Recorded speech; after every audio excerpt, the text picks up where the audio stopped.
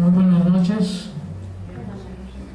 Declaro abierta esta sesión académica de la Benemérita Sociedad de Geografía y Estadística del Estado de Jalisco, correspondiente al 5 de julio de 2016, a cargo de nuestro consorcio, a quien tenemos el honor de recibir, el licenciado Óscar González Azuela, secretario de la Academia de Historia de la Sociedad Mexicana de Geografía y Estadística.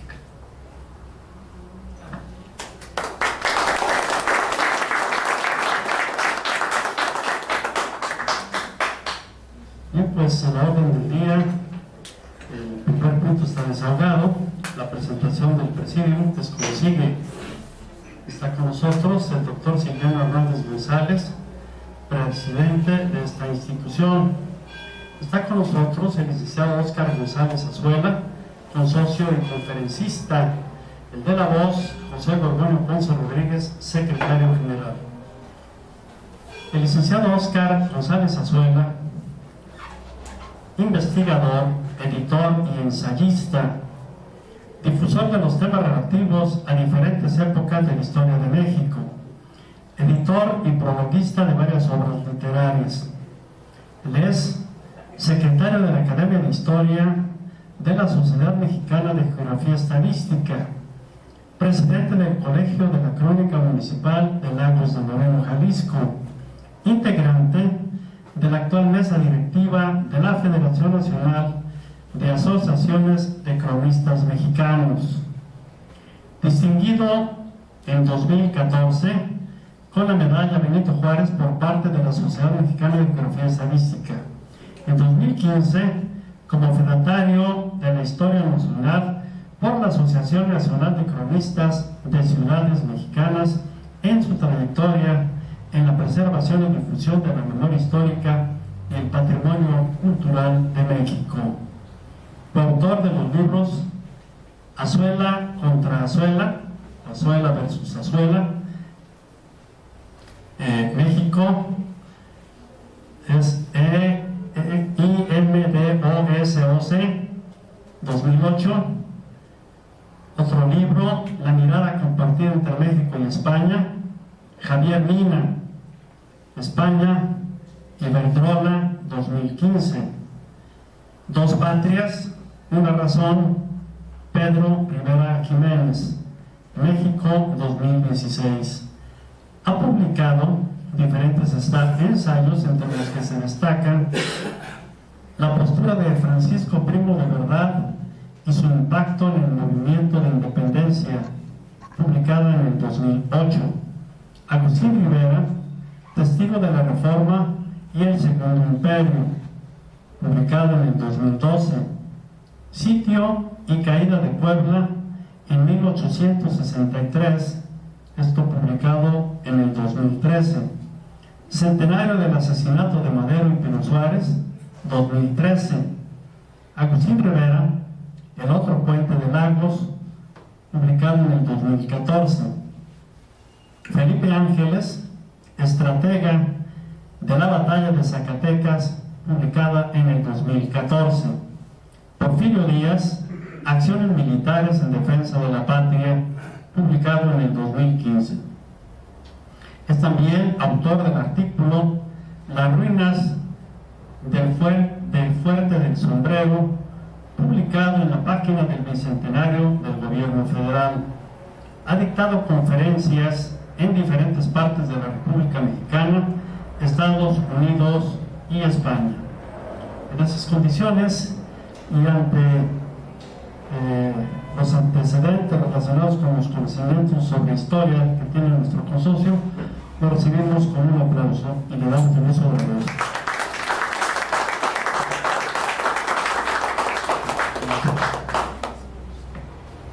Muchas gracias.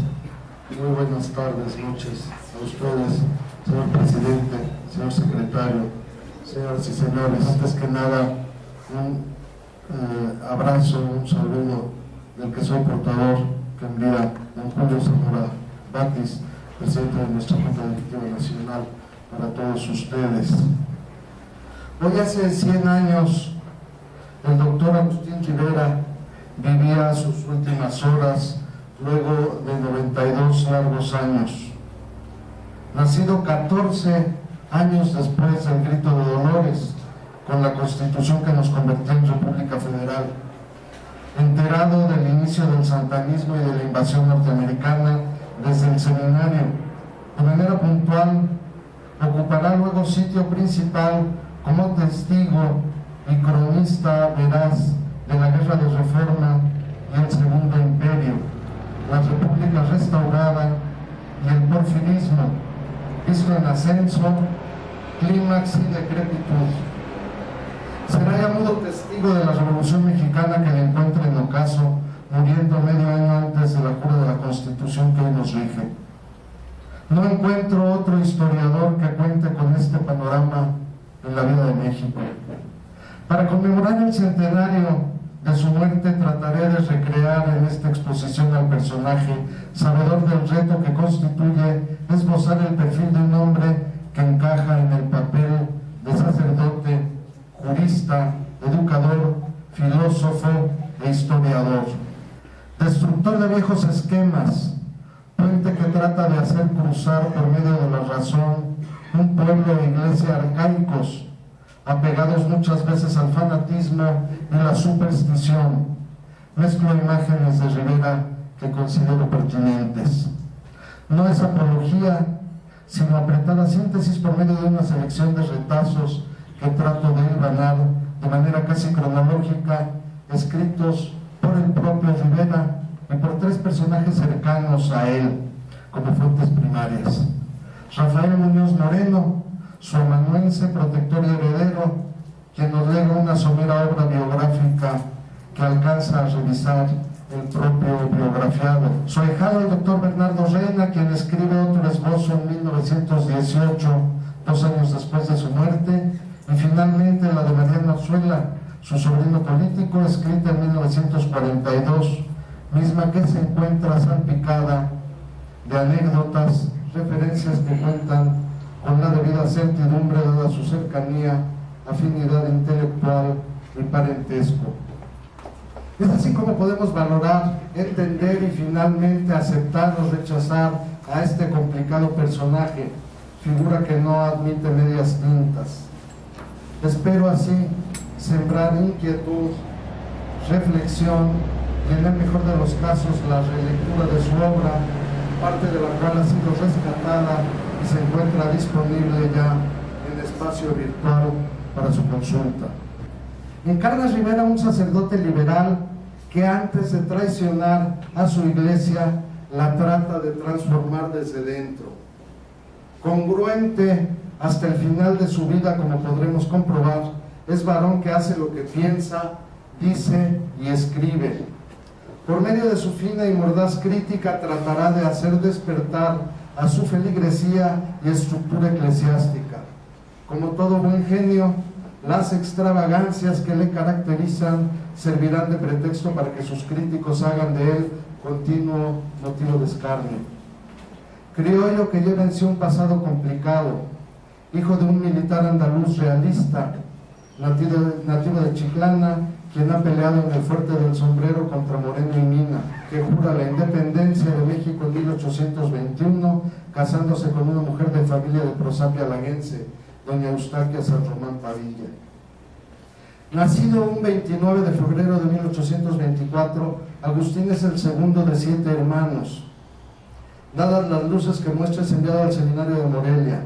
Los problemas económicos y posterior muerte de su padre le hacen salir de ahí. Su abuela materna le apoya y enviará luego al seminario de Guadalajara, en donde se perfila ya su personalidad. Para 1841 comienza a cursar Derecho Canónico, Derecho Civil Patrio y Derecho Romano, con las miras a obtener el doctorado respectivo. Es entonces cuando su abuela le sentencia, cito: "Te he protegido porque creía que ibas a ser sacerdote, pero te retiro mi ayuda si sigues otra carrera. Casi todos los licenciados son enemigos de la iglesia". Al regresar comunica lo sucedido a su madre, quien decide luego vender su casa para apoyarlo a fin de que termine sus estudios, viniendo a radicar con sus hermanos aquí a Guadalajara. A los 23 años inicia sus primeras clases y escritos, recibiendo en enero del año siguiente su título de abogado. En abril de ese año se ordena sacerdote y en 1851 recibe ya la borda de doctor en Derecho. La pluralidad en la que vivió estará plasmada en su obra. Escribe Agustín Rivera, cito: en materia de ideas políticas y de costumbres sociales, el horizonte de mi vida había sido bastante estrecho en mi niñez en Lagos de Moreno y en mi juventud en un seminario. Así en Lagos como en el seminario de Guadalajara, en política y en costumbres sociales, las ideas dominantes eran las de la época colonial. Desde que salí del seminario, en los 3 años que practiqué Derecho en la Universidad de Guadalajara, con la lectura de las obras de Feijóo, comencé a ser muy desafecto a los milagros falsos y demás consejas, y a todos los abusos en materia de religión, y con la lectura de Montesquieu, Bentham, Beccaria y otros autores semejantes, comenzó a ensancharse mi horizonte en materia de ideas políticas. Vi que en todos los lugares de la República pululaban los odios contra la dictadura y que hervían en todas partes las ideas del siglo XIX, las que al año siguiente hicieron estallar el volcán de la Revolución de Ayutla. Termina la cita. En plena guerra de reforma, el año de 1858, es aprehendido, estando a punto de ser fusilado. Miguel Cruz Aedo, periodista y escritor liberal, los rescata. Luego Rivera sería denunciado y acusado en la prensa por ser amigo de los liberales. Para 1860 pide licencia para viajar a Europa, viaje que entonces no realizó. Francisco Arias y Cárdenas, secretario de la Mitra, le dijo: ahora sí, Riverita, a levantar un nuevo edificio.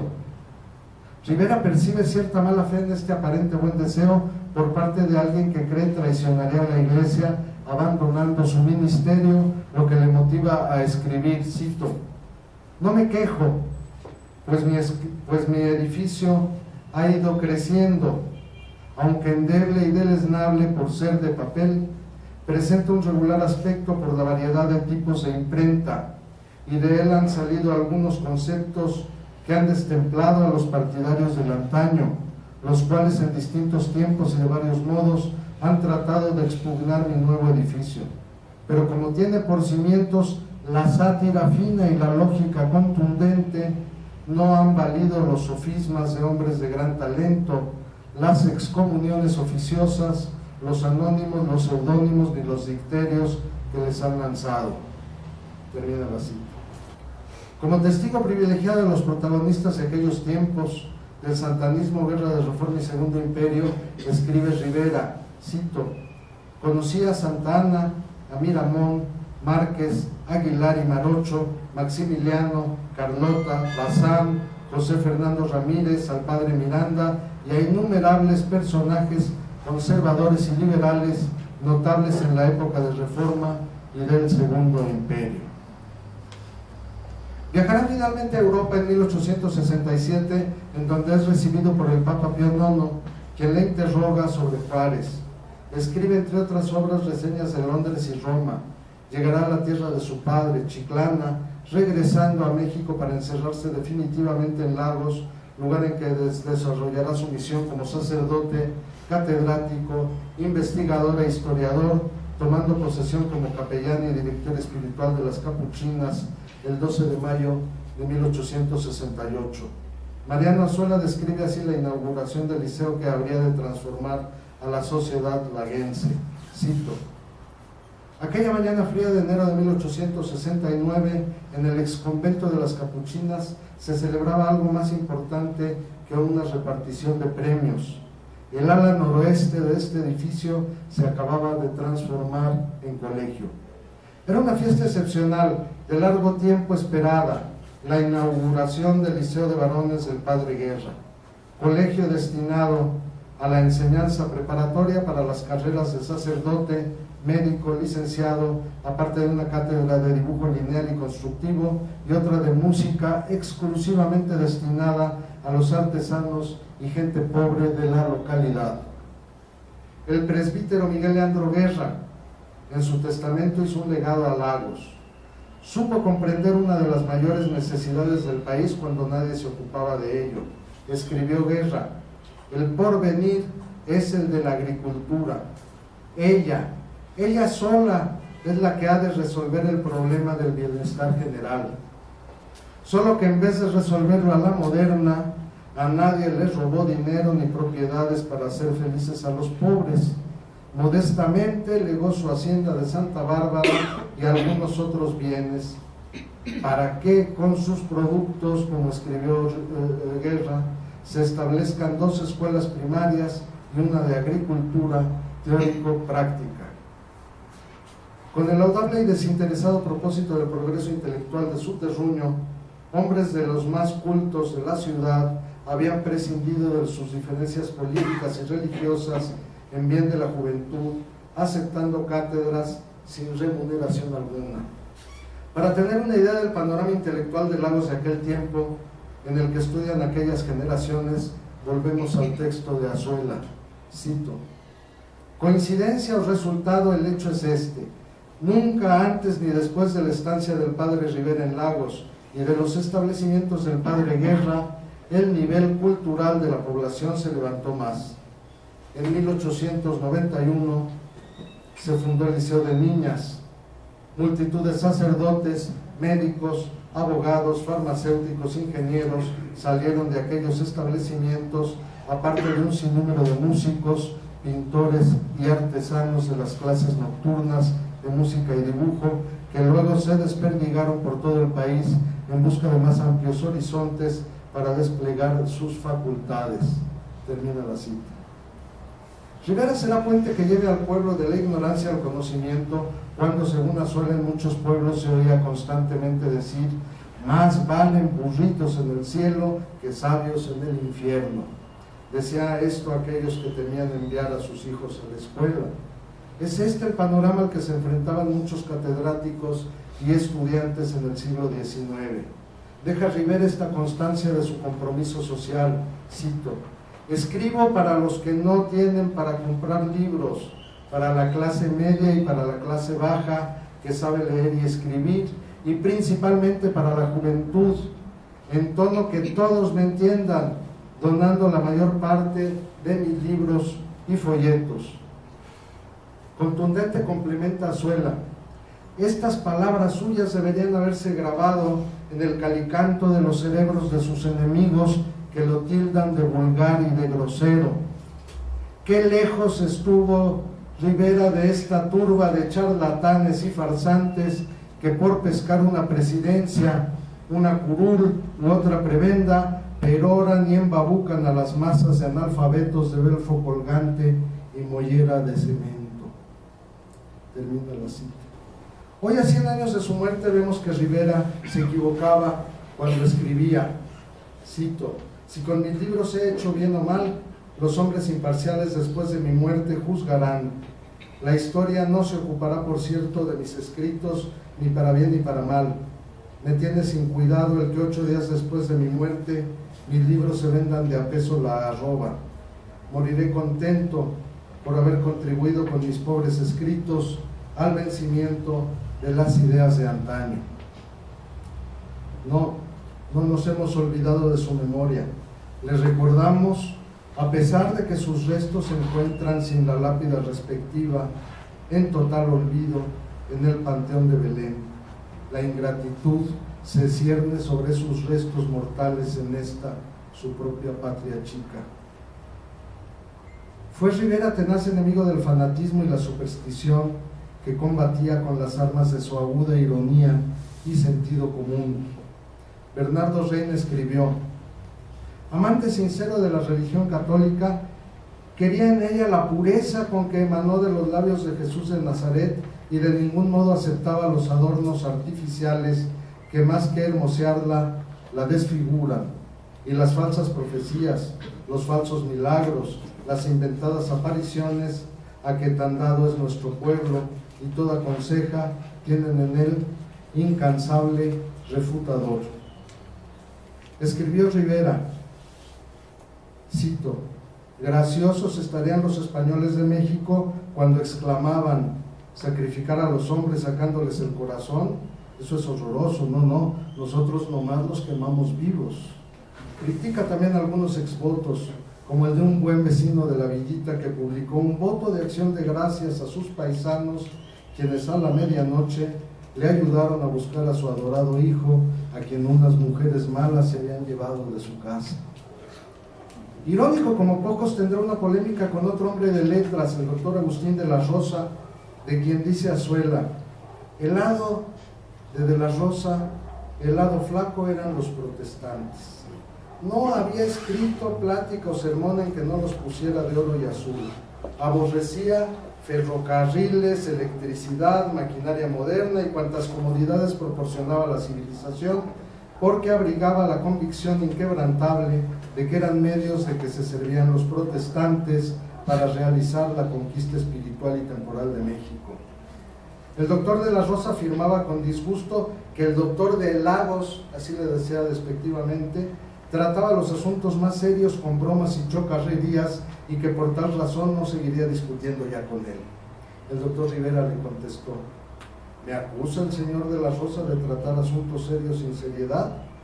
Pues no es asunto serio ver en pleno siglo XIX a un indio de Jamay viajando en ferrocarril y a un gran teólogo viajando en burro. En su perfil como historiador, Rivera publicará una obra en 1875, misma que dedica a la muy ilustrada Sociedad Mexicana de Geografía y Estadística, Hermanas de la Historia, su viaje a las ruinas del Fuerte del Sombrero, con la que rescata la memoria de Pedro Moreno y de todos aquellos que secundaron su lucha.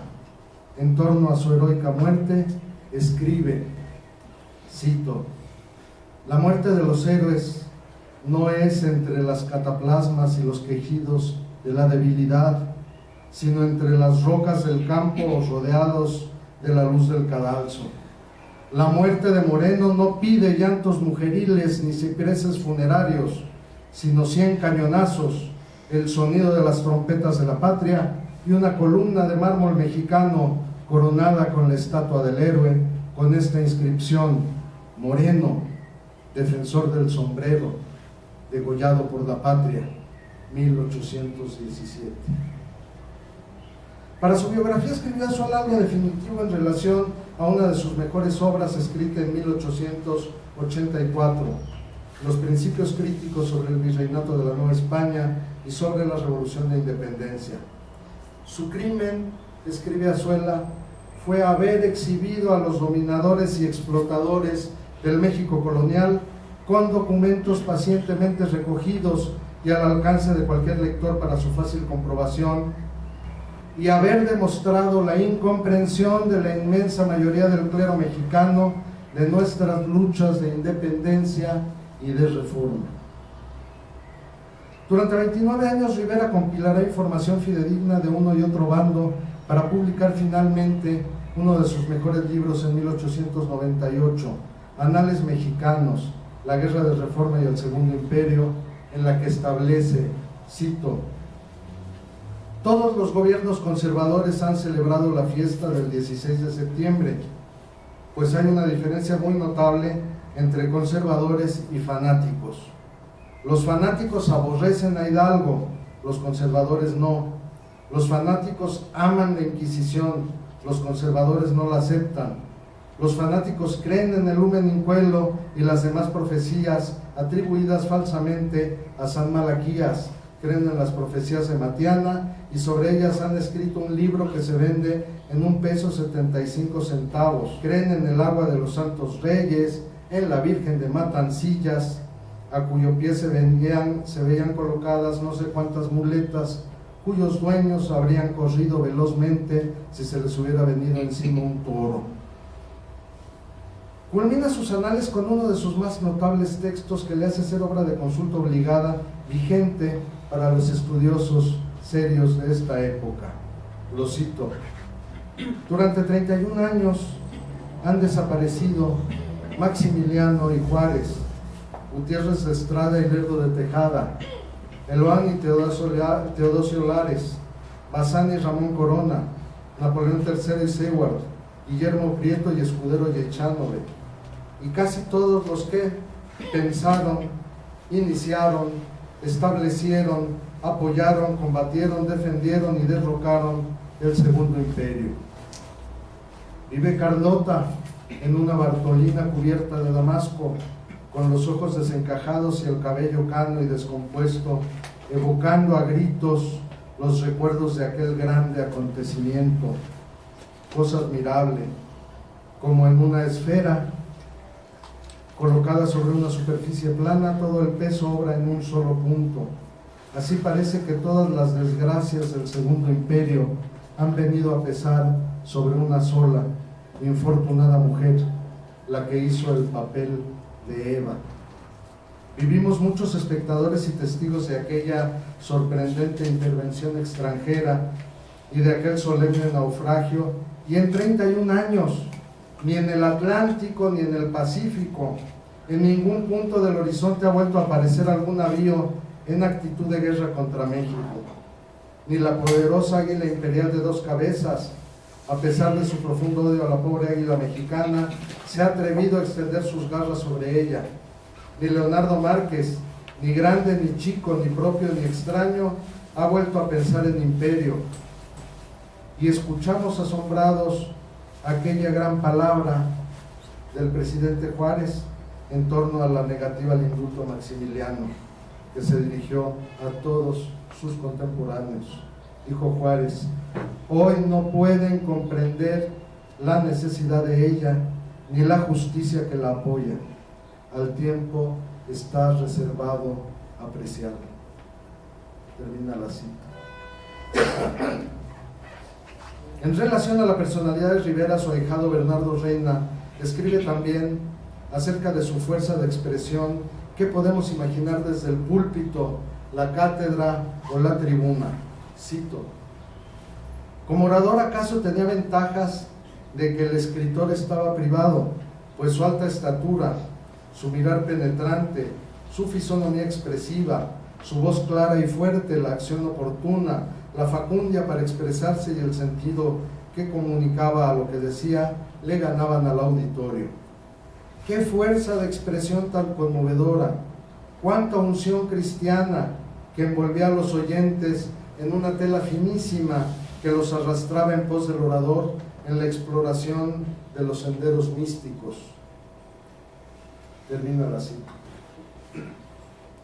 Combinando la forma en que se nos ha descrito al personaje con el fondo del siguiente texto, hagamos un ejercicio de imaginación viéndole convertido en el líder que arengaba a esta multitud en 1902 en la ceremonia del aniversario de la muerte de Pedro Moreno a sus 78 años, irreverente, apasionado, llamando a la expulsión de los mercaderes del templo con este vigoroso verbo que aún en nuestros días le hace ganar enemigos en los espíritus mediocres. Cito a Rivera, lo que dijo ese día de esa foto: dejad a las beatas que cuenten los milagros de San Expedito, que vayan en numerosas turbas a enviar cartas al cielo en el humo que se levanta de un brasero y que hagan otras brujerías.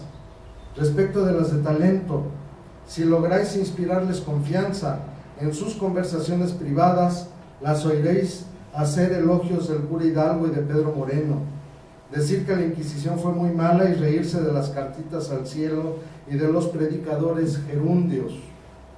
Dejad a los indios, que la mayor parte de lo que ganan al año con sus trabajos y sudores, quitándoles los alimentos a sus pobres familias, lo gasten en cohetes y borracheras y en ofrendas y velas de cera y de dinero a su santo Santiago, y que digan: no, nosotros no le quitamos a nuestro santo Santiago la cuera, el sombrero jarano y el machete, porque entonces no lloverá en nuestras tierras y moriremos de hambre. Cuando estos desgraciados aprendan a leer y se ilustren, se despojarán de esos vanos temores, se arrepentirán de haber dado su dinero y haber sido tan tontos durante siglos, quemarán el caballo, la cuera y el sombrero jarano, y harán leña de todos sus santos Santiagos por contrahechos y por ridículos. Termina la cita.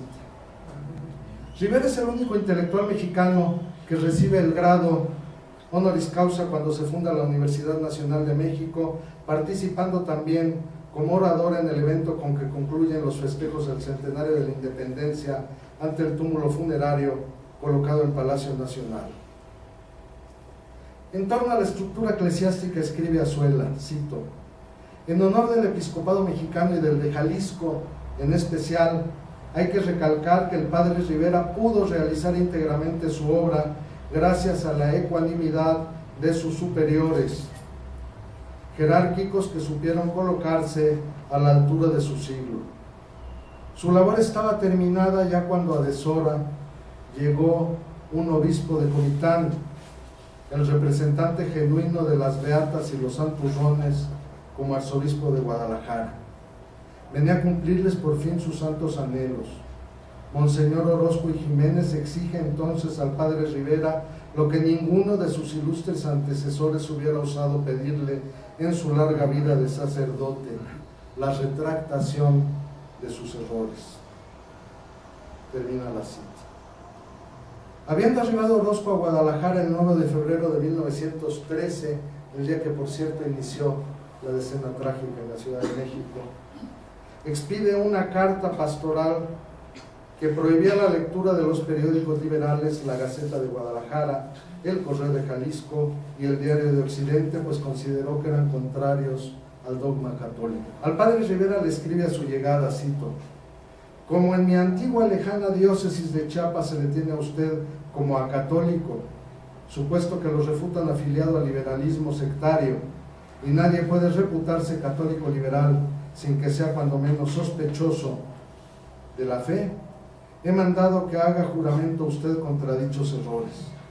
Usted hará profesión de fe y el mencionado juramento tanto para cerciorarme yo de que la profesa en toda su pureza y que por lo mismo injustamente lo cuentan entre los católicos liberales, como para que todos estos y todos los acatólicos dejen de citar como autoridad su sagrada persona en apoyo de sus errores, precisamente y nada más porque usted es sacerdote.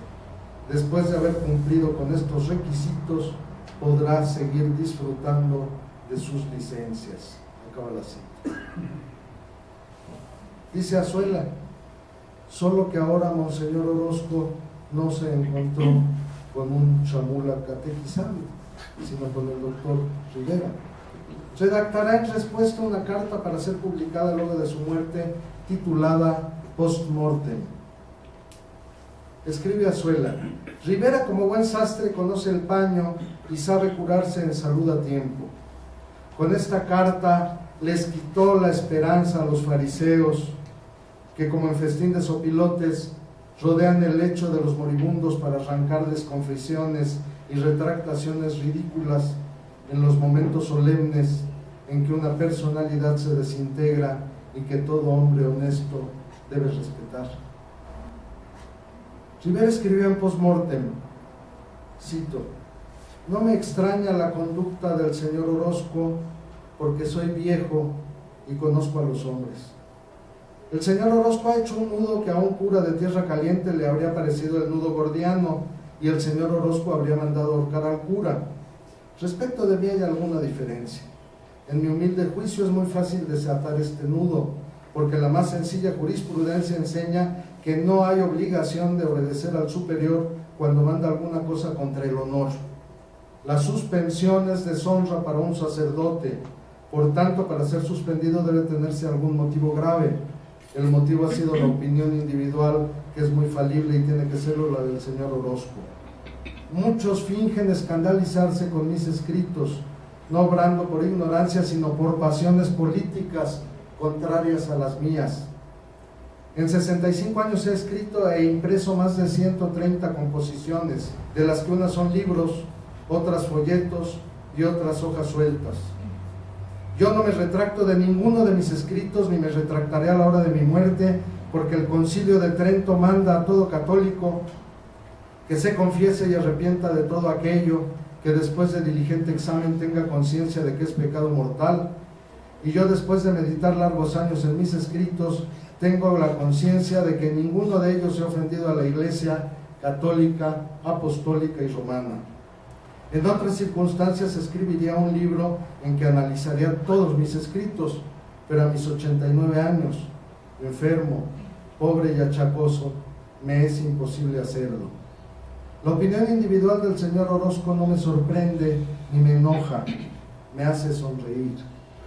Soy católico, apostólico, romano.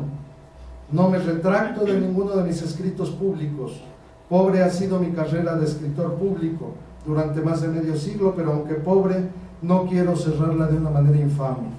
Si el señor Orozco insiste en negarme sus licencias si no hago la profesión de fe y el juramento en el sentido que quiere, me quedaré suspenso toda mi vida. Y si a la hora de mi muerte no se me quiere dar los sacramentos, moriré sin sacramentos, pero con la conciencia de ser católico, apostólico y romano. Termina la cita.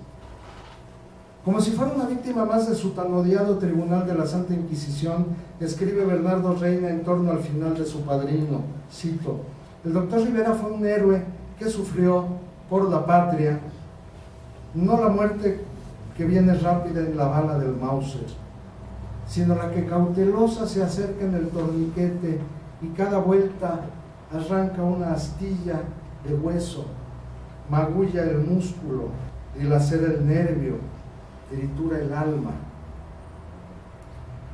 Para que no quede duda, en su testamento el 8 de agosto del 15, en la cláusula sexta, declara Rivera, cito: por más de medio siglo he estado publicando diversas obras de que soy autor, y en esta ocasión quiero consignar que ni en vida ni en muerte me he retractado de los que hablan de religión, ni me retractaré.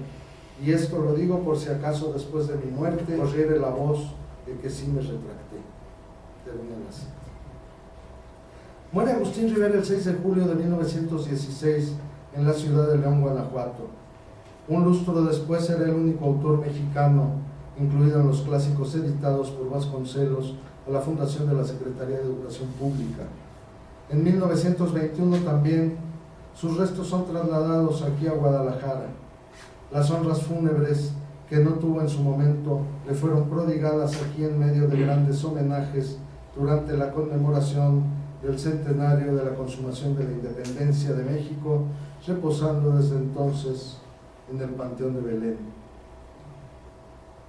Cierro esta presentación evocando a Azuela, recién dado de alta como médico de tropa, quien recuerda así su última visita al tío político en la biografía que escribe precisamente un cuarto de siglo después de su muerte.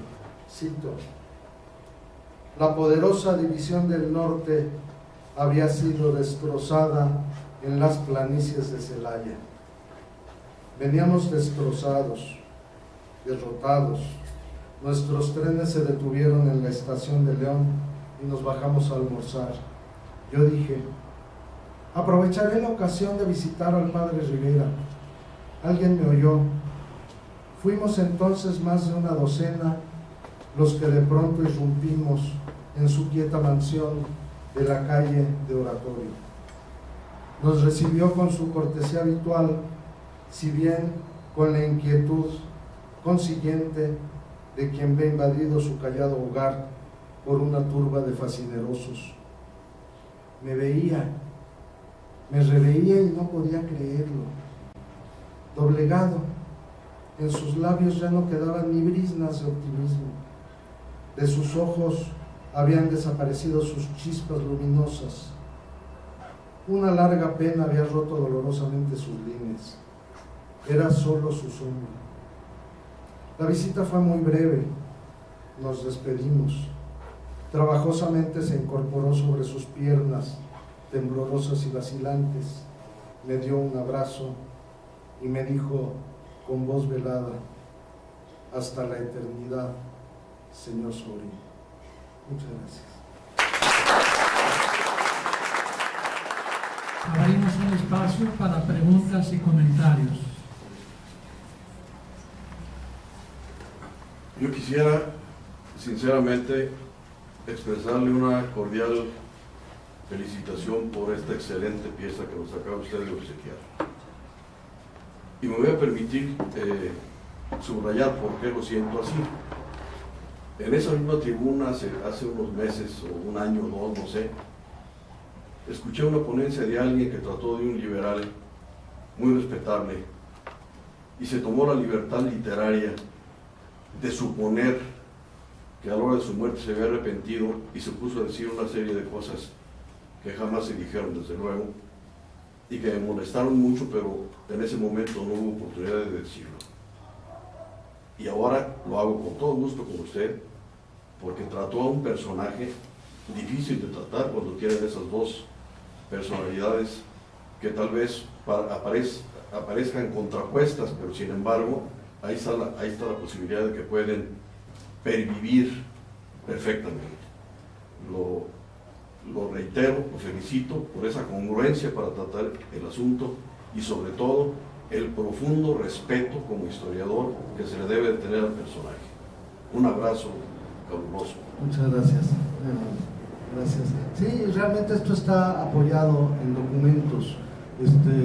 Realmente yo también había escuchado que sí se había retractado y me puse a buscar, y ya cuando pude dar con la carta de post-mortem, que ya la tenemos localizada, y con su testamento, pues no queda lugar a dudas, y sobre todo porque da razones congruentes, y creo que es muy valedero respetar con documentos y no con suposiciones de sus enemigos. Muchas gracias. ¿Alguna otra pregunta o comentario? Hay un vehículo Focus azul que quedó abierto, no sé si sabe dónde de ustedes. Sí, ¿alguna pregunta o comentario? No, un comentario, sí. Deseo manifestar una felicitación muy especial a nuestro conferenciante, porque le conozco y sé la pasión con la que está trabajando, no de ahora, sino de tiempo atrás. Y verdaderamente la labor que ha hecho el licenciado González Azuela es muy meritoria en los momentos en que este país vive momentos muy difíciles y que nos olvidamos de quienes forjaron con su esfuerzo, con su dedicación y con su honradez todo lo que hemos heredado y que mal hemos manejado. Una felicitación muy calurosa para el licenciado Oscar González Azuela. Muchas gracias, Miguel Jorge. Incluso el comentario, en Lagos contamos con una casa museo Agustín Rivera, en la que la misma gente de Lagos no sabe quién fue el doctor Rivera. Muchos quisieran que fuera el abuelito de Jenny Rivera, ¿verdad? Que fuera algo de más fama en esta época. Hacen exposiciones de pintura, muchos piensan que fue acuarelista, pero realmente es increíble que no se cuente en esa casa museo más que con el gusto del doctor Rivera. Pero realmente en el siglo XIX fue un baluarte dentro del mundo, no solamente de la historia, de la literatura, de la filosofía, y con un pasado complicado como el que vemos que tiene, con un padre español, y precisamente por eso yo creo que viene su sangre apasionada y su terquedad muy respetable. Muchas gracias por tu comentario, Jorge. Sí. Pues yo mi felicitación, porque un historiador siempre tiene que ser objetivo y científico, y usted logró perfectamente esas dos cualidades, objetivo y científico. Y también es la primera vez que yo escucho también algo tan exacto sobre la figura del personaje que acaba de citar, ¿verdad? No es que tuviera dos personalidades, tenía dos profesiones que aparentemente son opuestas, pero se pueden muy bien coordinar, porque hay congresos cada año de fe y ciencia que yo he asistido. Entonces, la fe no está contradiciendo la ciencia, ni viceversa. Y acabo de pasar a un congreso de filosofía en donde se trató estos temas, y usted lo hizo de una forma maravillosa, como historiador, obviamente, ¿verdad? Y si no se retractó, pues no tenía por qué retractarse, porque él se apoyó en fuentes fidedignas como un concilio de Trento, en donde tantos años duró y tantas controversias hubo, ¿verdad? Entonces él estaba apoyado en la base de su conciencia, y ahorita me remonto a Tomás Moro, canciller de Inglaterra, que no importó que lo amedrentaran quitándole el segundo del reino, sus posesiones, cárcel, unas condiciones infrahumanas, y no le importó que le cortaran la cabeza igual que el cardenal Fischer, porque él no iba a traicionar su conciencia. Mil felicitaciones. Muchas gracias, muy amable. Adelante. Usted.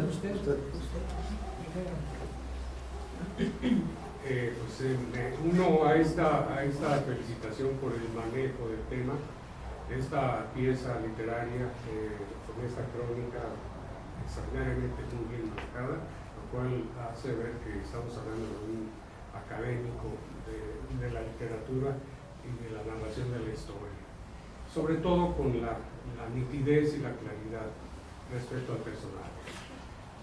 Pregunto, la estructura o la jerarquía católica a posteriori de su muerte, ¿tuvo algunos comentarios o quizá alguna reivindicación porque de alguna manera quedó una estela en esa historia?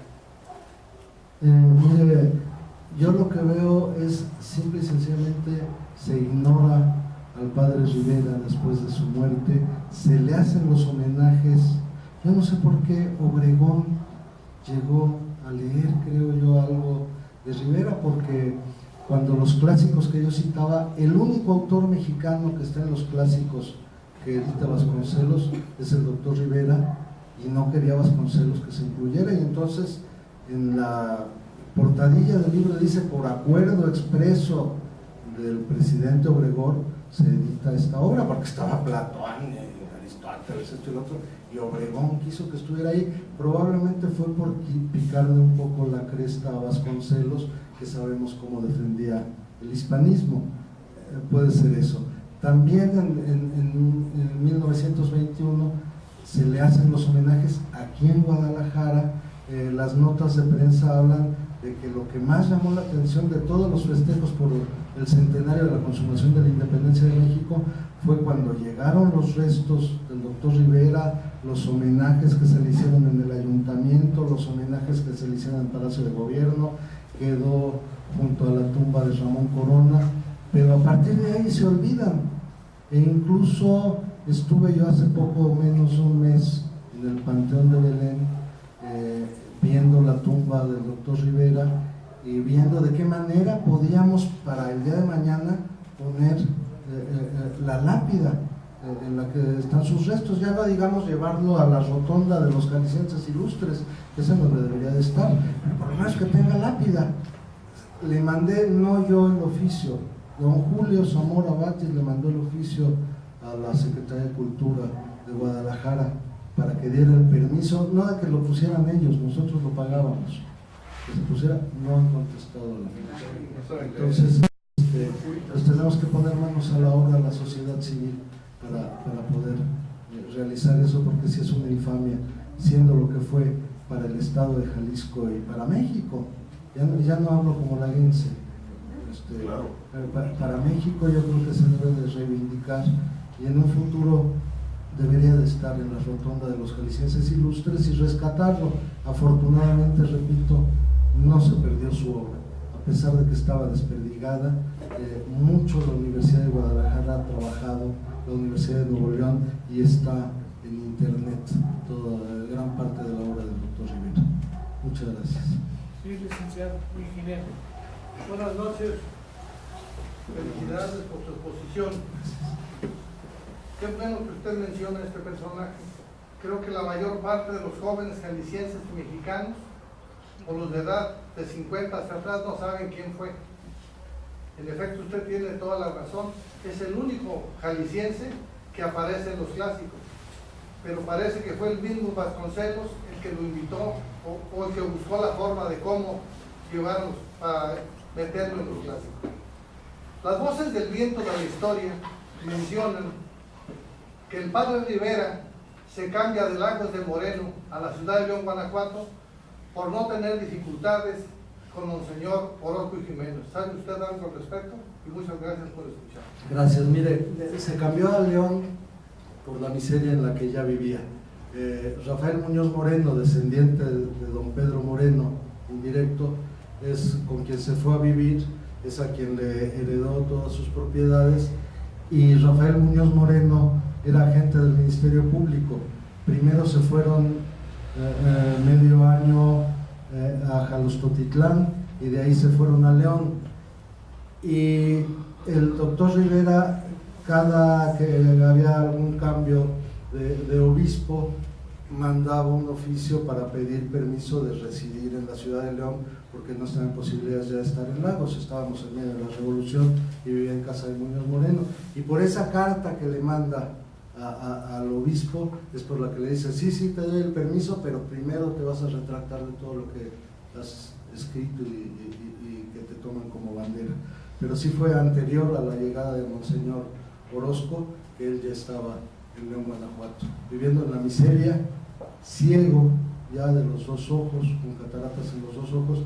Ya dictaba, e incluso para la plática que doy mañana en Lagos de Moreno, cito una carta que escribe unos días antes de su muerte a mi abuelo, a Mariano Azuela, en la que lo felicita porque ya se fue a Lagos, de Lagos y de Guadalajara, ya se fue a la Ciudad de México. Él había sido villista y se tuvo que ir de aquí porque si no lo mataban, habían sido derrotados. Él fue secretario de Instrucción Pública aquí durante 2 meses en el gobierno de Julián Medina.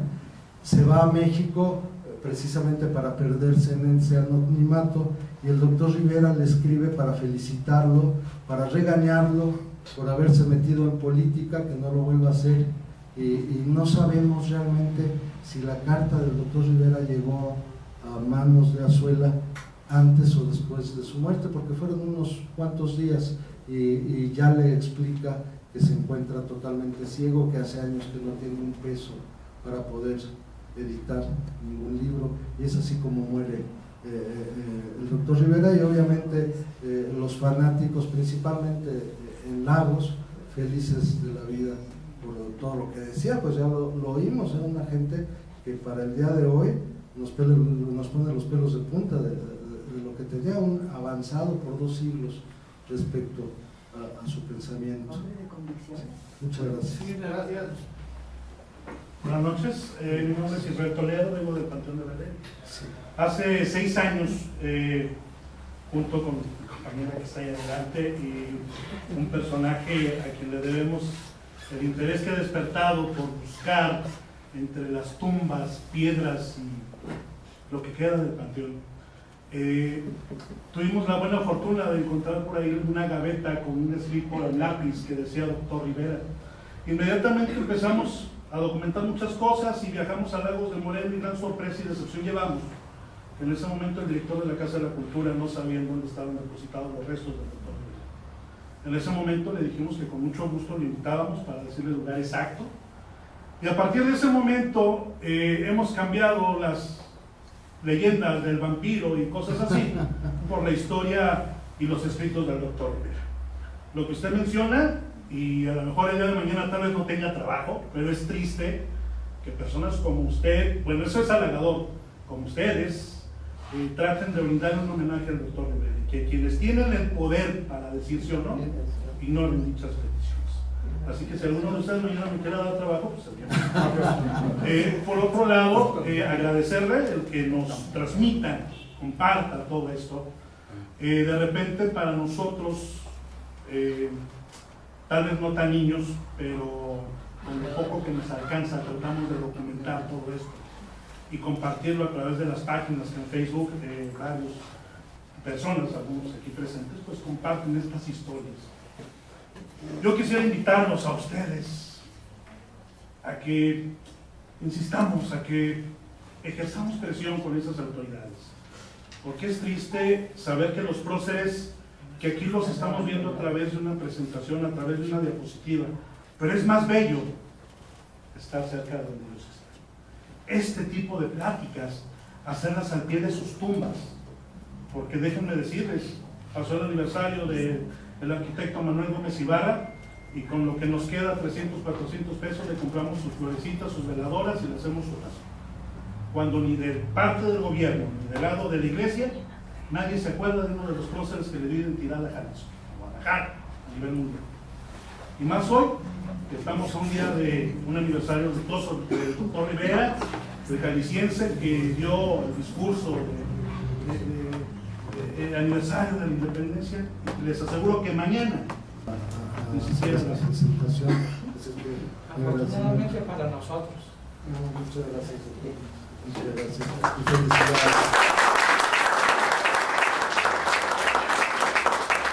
La Sociedad de Geografía y Estadística del Estado de Jalisco, institución científica y cultural instalada el 27 de septiembre de 1864, otorga el presente reconocimiento al licenciado Óscar González Azuela por su participación en las actividades organizadas por esta institución con la conferencia Agustín Rivera, a un siglo de su partida, misma que se llevó a cabo en las instalaciones de nuestra casa sede, cumpliendo así con el objetivo fundamental de esta benemérita institución, que desde su fundación ha sido el estudio y la divulgación de la ciencia y la cultura. Guadalajara, a 5 de julio de 2016, signada por nuestro secretario general, el licenciado José Eugenio Ponce Rodríguez, y el de la voz, presidente doctor Silviano Hernández González. Muchísimas gracias por este presente.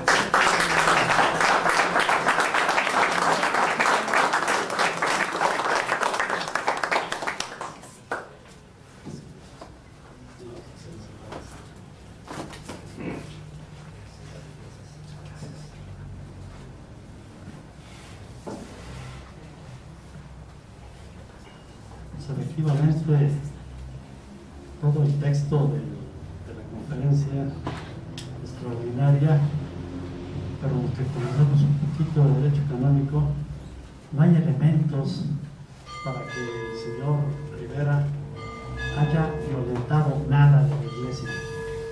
Al contrario, en aquella época del Concilio de Trento, cuando se hizo una serie de razonamientos sobre los pensamientos internos de cada persona, salió una frasecita en latín que decía ex internis neque ecclesiam.